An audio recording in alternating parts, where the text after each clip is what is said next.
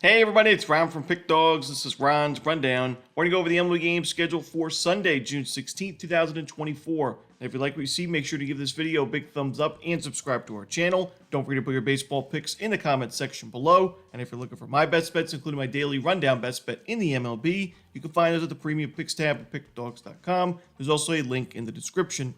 Alrighty, here we go. Here are the games for Sunday in Major League Baseball.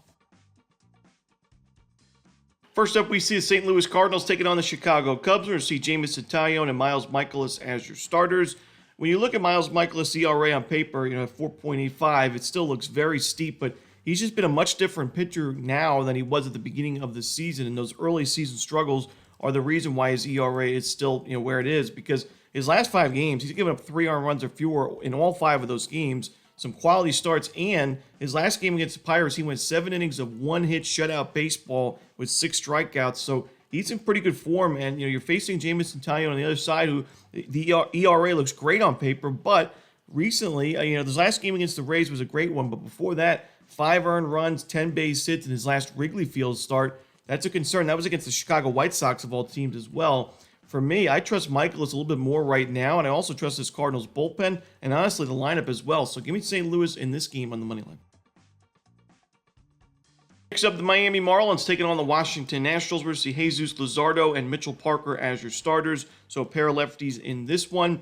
Mitchell Parker having a really nice rookie campaign, a 3.21 ERA. He's just been consistent. He goes out there, usually gives the Nationals 3-run baseball or fewer, like we've seen in the last 5 games. His strikeout numbers are a little bit inconsistent, especially recently, but with Luzardo struggling, especially on the road this year with an ERA above 5, it's just tough to have a lot of faith in the Marlins. I know the Nationals have not been great against left-handed pitching offensively in the last 30 days, but I trust Parker a little bit more right now on the mound, and I think the Nationals have the better bullpen. So not my favorite game on the board, but I'm going to lean towards the Nationals on the money line.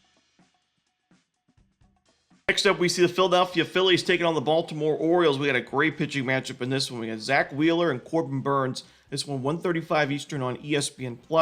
We got 2 of, arguably the top 5 pitchers in baseball right now, Wheeler and Burnes. Wheeler at 2.16 ERA. Burnes even better at 2.08.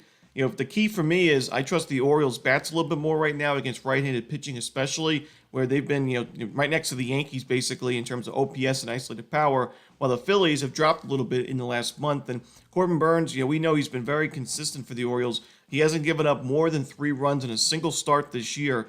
All of his starts, 3 earned runs and 3 total runs or fewer in all those games. When you do that consistently, you give your team a great chance to win, and that's the reason why the Orioles are 5-0 in Burnes' last 5 starts. Zach Wheeler, we know he's a great starting pitching option. The Phillies have won a lot of his games recently, but this is a really tough matchup for him on the road. I think the Orioles can get to him for a few runs early, and that should be enough for a win. I expect a low-scoring game, a competitive game like we saw in the first game of this series, but give me the O's on the money line. Next up, the Tampa Bay Rays taking on the Atlanta Braves. Zach Eflin and Hurston Waldrep are your projected starters. We know it was not a very good MLB debut for Waldrep. He went 3 2/3 innings, 7 earned runs, a home run, 4 walks to go with it. But I do expect a bounce-back start from him in this game. It's a much better matchup here against the Tampa Bay Rays. And honestly, I don't love Zach Eflin on the road right now. I mean, overall this season, got great numbers at Tropicana Field, 31 innings, 2.9 ERA. But on the road in 37 2/3, he only got 29 strikeouts, so well under a strikeout per inning, a steep 290 opponent's batting average. 4 home runs given up isn't miserable, but a 5.02 ERA and a 1-3 record is not great. And I think that the Braves can get to Eflin and back up Waldrep early in this ballgame. I trust the Braves bullpen more as well. I'm going to go with the Atlanta Braves in this one on the money line. Next up, we see the Cleveland Guardians taking on the Toronto Blue Jays. Ben Lively and Jose Barrios are your starters. We got 2 starting pitchers with sub-3 ERAs, but I think because of that, we're getting a great price on the over in this game. I like the over. I think with both of these starting pitchers, big-time regression concerns when you look at the expected numbers. 2 strong lineups against righties in the last 30 days. They're both top 15 OPS and isolated power. I think we see a high-scoring game, and it starts early in this one. I would take the first 5 over and the full game over. Next up, the San Diego Padres taking on the New York Mets. We're going to see Dylan Cease and Tyler McGill as your projected starters. Two solid starting pitching options in this game. Two guys that are coming off pretty good starts. Cease, he had struggles in those games against the Braves and the Yankees, but has bounced back and has had two of his last three starts be quality starts for San Diego. The Padres are 3-2 in his last 5 games, and his strikeout numbers are exactly where you would want him to be, right around, well over a strikeout per inning on the season. On this side, Tyler McGill, we know he hasn't pitched much because of the injuries, but he has got a solid 3.51 ERA. Now, his last game against the Marlins, not great. 4 2/3, 3 runs. He had 8 strikeouts, though, in the end. But when you give up 3 runs and 4 2/3, usually it's enough for a Mets loss because this Mets offense has just not done too much recently and overall this season. So, to me, I do think the Padres have the better option to start this game. I think they have the much better lineup, and I think they have the better bullpen in the end. So I got to go with the San Diego Padres on the money line. Even though McGill has been pretty sharp at Citi Field over his career and so far this year, give me the Padres in this one. Next up, we see the Cincinnati Reds taking on the Milwaukee Brewers. Frankie Montas and Colin Ray are your starters. Both these starting pitchers have been very tough to read. We know Ray has big-time regression concerns. When you look at the expected ERA, it's in the 5s. His current ERA is at 3.31. So while he's been pitching well this season, and especially recently, I do expect that regression to come. And when you look at Frankie Montas, we thought he was, back in great form. He had a great start against the Rockies at Coors Field, 7 innings, shutout ball, 9 strikeouts. He follows it up with an inning and a third of 4-run baseball against the Cubs with 3 walks to go with it. So he's been inconsistent. For me, I like both these lineups, and I think we're going to see a higher scoring game, especially early on. I'm going to lean towards the over in the first 5 innings, but not my favorite game on the board. Next up, the Pittsburgh Pirates taking on the Colorado Rockies. No official starter for the Buccos, but Dakota Hudson should be going for the home team. Hudson's been decent on the road, but I just can't back him at Coors Field when he's got that ERA above 7. He just hasn't been able to find his game at Coors Field, and the walks are the big reason. 27 in the third innings at Coors, 20 walks to go with it. It's already a very hitter-friendly ballpark. It's a lot more hitter-friendly if you're putting guys on via the free pass, and 20 walks in 27 innings is just not going to get it done. And you add the 321 opponent's batting average, only 17 strikeouts in those 27 innings. I do worry about the Hudson in this one. And while we'll have to wait and see who the Pirates go with to start this one, I also think the Pirates have the better bullpen and lineup to go with it. So give me Pittsburgh in this one on the money line. Next up, we see the Los Angeles Angels taking on the San Francisco Giants. Jose Suarez and Kyle Harrison, a pair of lefties on the mound in this one. Now, Suarez, he has the ability to go deeper into games because he's been a starting pitcher at times in his career, but I don't expect him to go too much more than 3 innings in this one. And he struggled as a starter, as a long reliever. He's got an ERA above 7 on the season now. And that last game against Arizona, 6 base hits, 4 earned runs, and 2 2/3 in that 9-4 loss as a starting pitcher. And the Giants are number 1 in OPS, number 3 in ISO against lefties in the last month.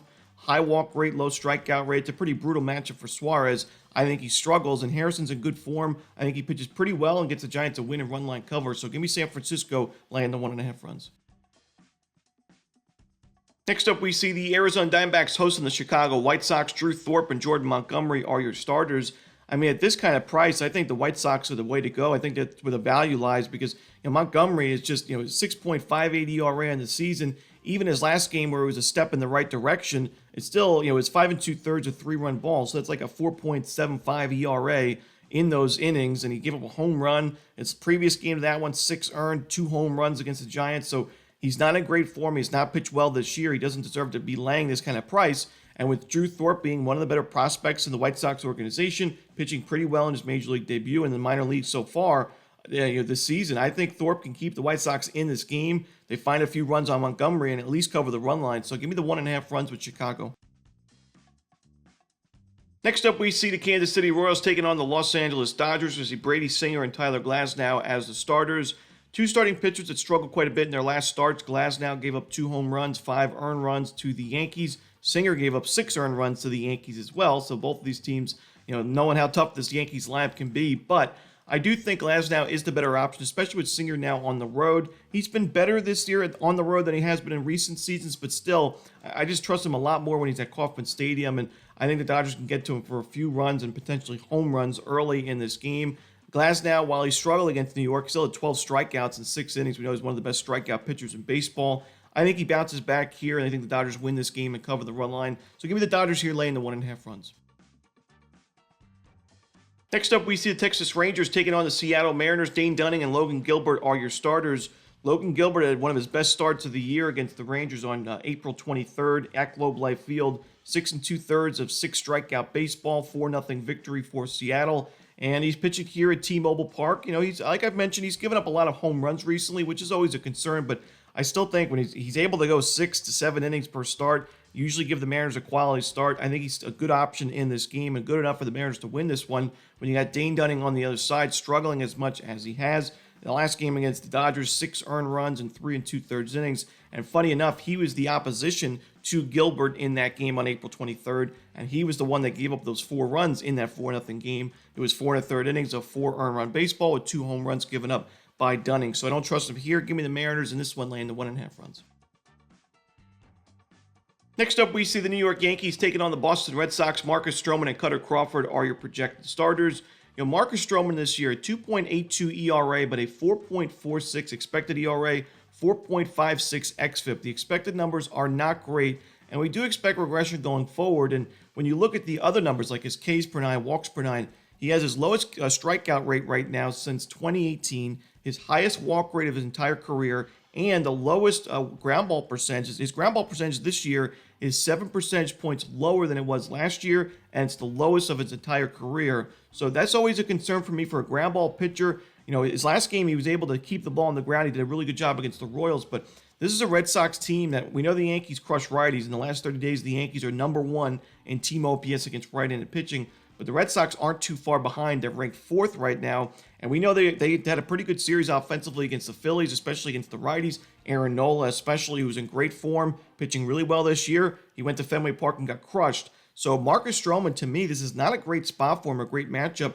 Cutter Crawford, we know, has not been the best recently, but I think this is, you know, Sunday Night Baseball at Fenway Park. We know it's a big, big game for both teams, but the home crowd's going to be, you know, going nuts here at Fenway for the Red Sox. They're not going to have too many more, you know, big-time games like this. They're right around 500 this year, so playoff aspirations aren't the best.